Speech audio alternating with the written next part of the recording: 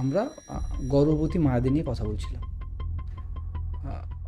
মা হওয়া একটা সবার স্বপ্ন, মা বাবা বেসিক্যালি প্যারেন্টস হওয়ার, কিন্তু অনেক ক্ষেত্রে দেখা যায় অনেকের সমস্যা কমপ্লিকেশন থেকে যায়, যার ফলে হতে পারে না।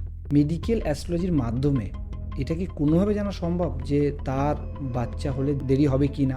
আমি একটা প্র্যাকটিক্যাল উদাহরণ দিই, এই টপিকের সঙ্গে পুরো হুবহু মিলছে। আজ থেকে ৩-৪ দিন আগে আমার কাছে একটা ফোন আসে, একটা জন্ম ছক আসে এবং একটা জটক বিচারের জন্য আমাকে বলা হয়, এবং যিনি যোগাযোগ করেছেন তিনি ছেলের মা, এবং মেয়েটির ডিটেলস আমাকে দেওয়া হয়। সমস্ত ডেটা আমি চেক করে যখন তাদেরকে আমি রেজাল্ট বলি, আমি বলি খুব ভালো করে খোঁজ নেবেন, যার ডিটেলস দেওয়া হয়েছে তার কিন্তু গাইনো রিলেটেড ইস্যু আছে, অ্যান্ড সম্ভবত ভবিষ্যতে কিন্তু ওনার মা হওয়ার ক্ষেত্রে একটু সমস্যা থাকবে।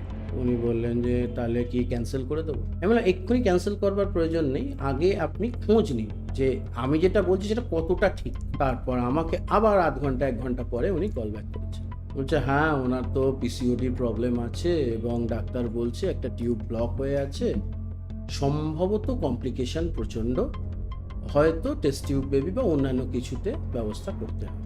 তারপর উনি বলছেন যে দাদা এটা কি করে সম্ভব হলো, how can B A astrologer so perfect in this? আমি বললাম কিছু তো সময়ের সঙ্গে সঙ্গে একটা মানুষ যত বেশি ছক দেখবে তত তার এক্সপিরিয়েন্স বাড়বে, আর আমি একটু ঈশ্বর প্রদত্ত জিনিসেও বিশ্বাসী আর কি। সেক্ষেত্রে হয়তো ভগবানের একটা কৃপা বা হয়তো সাধনাটা সেভাবেই চলছে।